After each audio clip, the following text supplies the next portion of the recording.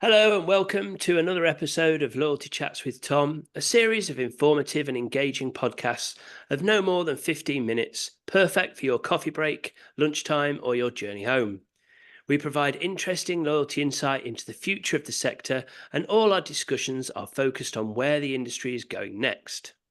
Today, I'm joined by Bogdan Shkarupa. Hopefully, I've got that surname right. Perfect, Yeah, Tom. perfect. From NeuCurrent, a loyalty platform provider based in the UK and Ukraine with clients across Europe. Welcome, Bogdan. It's great to have you on. Yeah, hello, Tom. As usual, good to speak to you. Thank you for your intro. Yeah, we actually don't describe ourselves as loyalty platform. Okay. Uh, Now we are more customer experience and personalization problem, and we're really trying to solve the problem for mid-sized retailers. Those retailers don't have data expertise, so they can do personalization in the same way as Amazon and Netflix do. So we automate it for them. Yeah, and I've been doing it for the last 10 years, building data-driven marketing solutions. And through these years, I worked with clients like BNP Paribas, leading retailers in Eastern Europe, the largest toys retailer, House of Toys, the luxury department store, sort of Westfield of Ukraine, River Mall, the largest online books retailer. So some really big names in that part of the world. Excellent. Perfect. Thanks. So, a lot of expertise, and you're obviously quite retail focused as a business, right? We are very retail focused, and even more so, we really trying to help mid-sized and small retailers. But yeah, Yeah. our whole focus is retail. Perfect. Great. Okay. Thank you.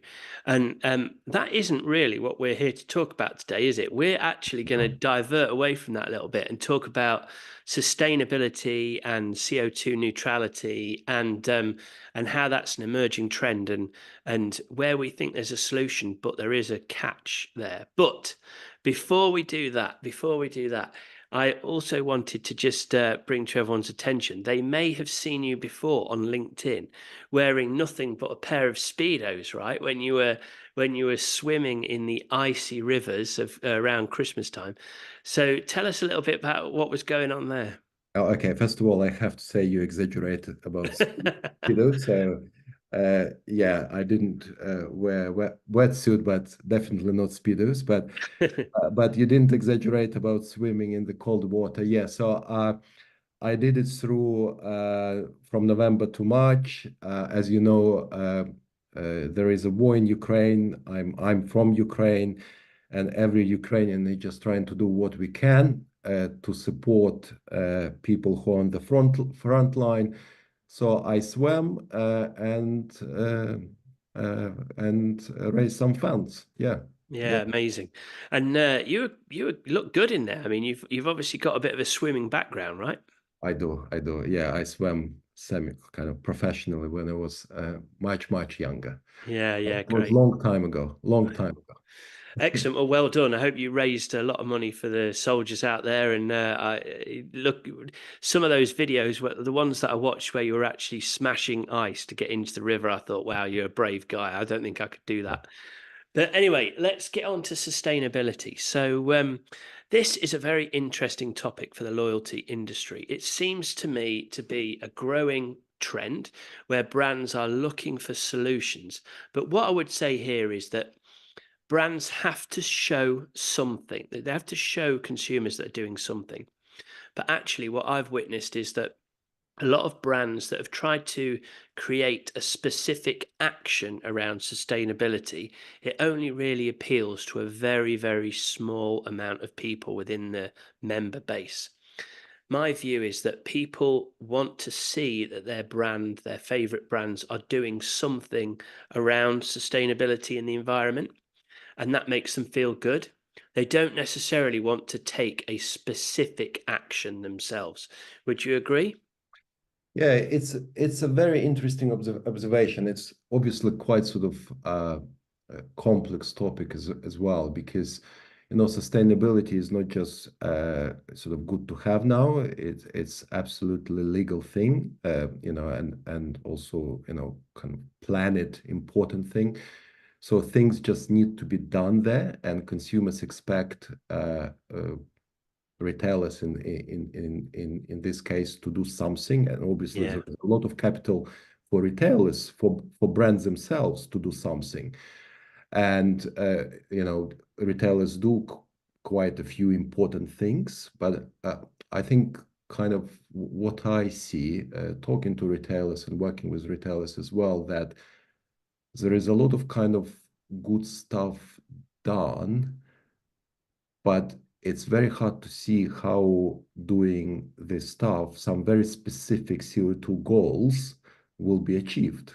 Yeah, And those, absolutely. yeah, Yeah. those goals are legal goals. So Yeah. yeah, I agree. Yeah, I think, yeah, I mean, that's an important point, right? The legislation is coming, I think, 2030. So we have 6 years, 5.5 years to get this right. But the CO2 neutrality, although the legislation is coming, I think it's a really good thing, because that seems like the right way for loyalty brands to engage with this. Creating bespoke plans, whether maybe you get people to bring items in for recycling, those sorts of programs, they only appeal to a very small base of your member base, and also it's very expensive program to do. Whereas if you had CO2 neutral products within the loyalty program, you could promote those and incentivize those and reward customers that purchase those products over non-CO2 neutral products. And that could be a really good way to engage the whole base, as well as your warriors that are super keen on this. Um, Absolutely. Yeah, absolutely. So I have great respect to the brands who sort of trying to do community-based things, either call people to the store to bring stuff, or, recycle batteries, or, helping schools with recycle packaging. That's all great. But uh, the key kind of skill retailers have, and their kind of key goal, is to promote products. Yeah. yeah. And they're very capable of doing that. Um, and obviously, with the data, it will be even better. But promoting CO2 neutral products, that's an easy and very Mm, efficient way to achieve very specific climate targets. The targets are not kind of, let's do something nice. The targets are very specific. We need to reduce CO2 emissions. By promoting these products, it's very easy to achieve from kind of more global perspective. But to your point, it also requires very minimum effort from the mm, customer to come to the store and just buy those products yeah. easy and consume. Exactly. It doesn't interrupt the customer journey at all.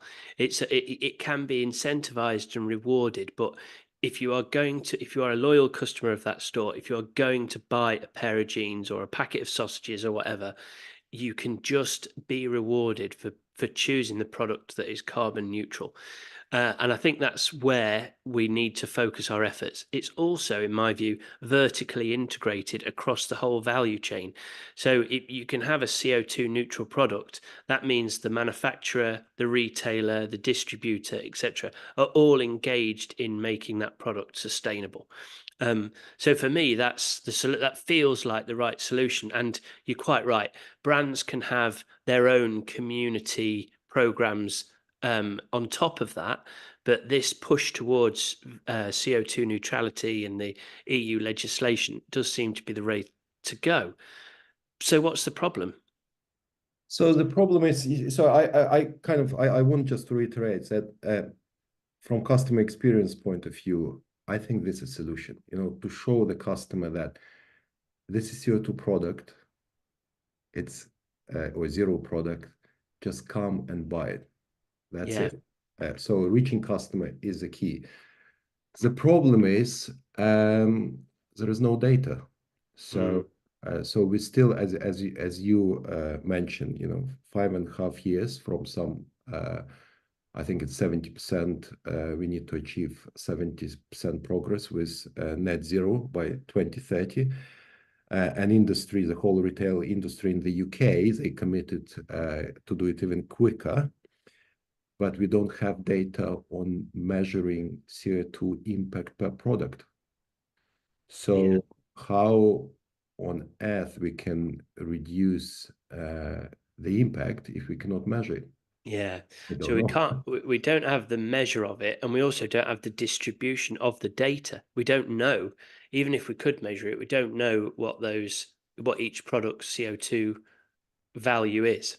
Yeah, It's exactly. not, So it's not published in any way. no, exactly. So and it's not published for a reason. It's obviously a very complex supply chains, and each supplier should take responsibility for doing that. Uh, but they don't at the moment. So on the other Yeah. hand, I have talked to quite a few major retailers in the UK, and I'm not going to call names, but a major grocer in the UK, and they are very interested.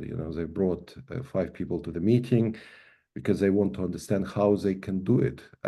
So they understand promotional aspects, so they understand it's a good thing to do and very easy thing to do, but how to measure it, Yeah. where the data comes from, and if they have the problem and they cannot impact their suppliers, the question is how Uh, how how we get from here, from where we are. yeah. Yeah, Yeah, so I think it's the data is the issue. We need the data. We need to be able to measure this. Once we've got the data, we can do lots of great things to help promote this to loyal members and to the general population that maybe aren't members of the loyalty programs. Um, but yeah, it's the data. So we need to find a solution to this. I yeah, think that maybe is the subject of another podcast in the near future, perhaps. But maybe we need to get our heads together and see if we can leverage absolutely. something on this. But yeah, listen, that's fantastic. Really interesting conversation. It feels like there is a solution out there if we can just measure it. So we're coming to the end of the 15 minutes, but thank you very much for your input, Bogdan. That's fantastic. Thank you, Tom, for inviting me. So I'm very happy to speak again. Very interesting topic Yeah, and absolutely. Well, challenging, which is good. yeah, very, very challenging. But it all comes down to the data, doesn't it? It's always been that All way comes down with to the data. loyalty. Some people do that, but that's maybe a story for another conversation. Yeah, absolutely. Okay, well, thank you very much, Bogdan, and thank you to the listeners. Hope you enjoyed it. Please get in touch with either of us if you have any further questions, and we'll speak to you again soon. Thank you.